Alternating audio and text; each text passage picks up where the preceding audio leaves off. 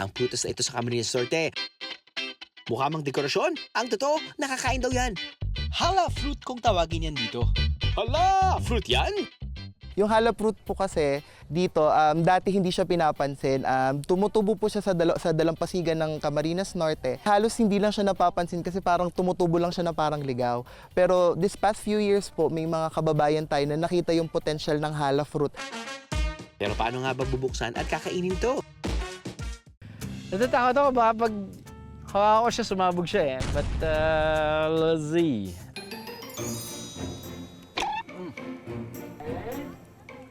Hindi ko pa trusted yung segment producer namin na titikman ko eh. Kung hindi niya first time, baka trust ko siya pero first time pa siya sa show na to. So, hindi ko pa alam kung titikman ko.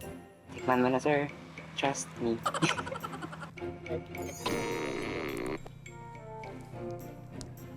Medyo matigas pa siya.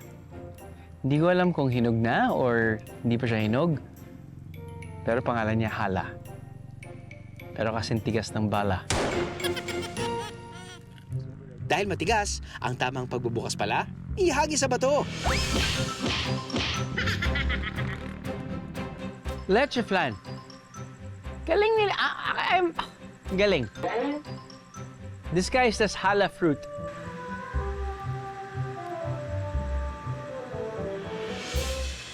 I am the meeting is a Biyahe.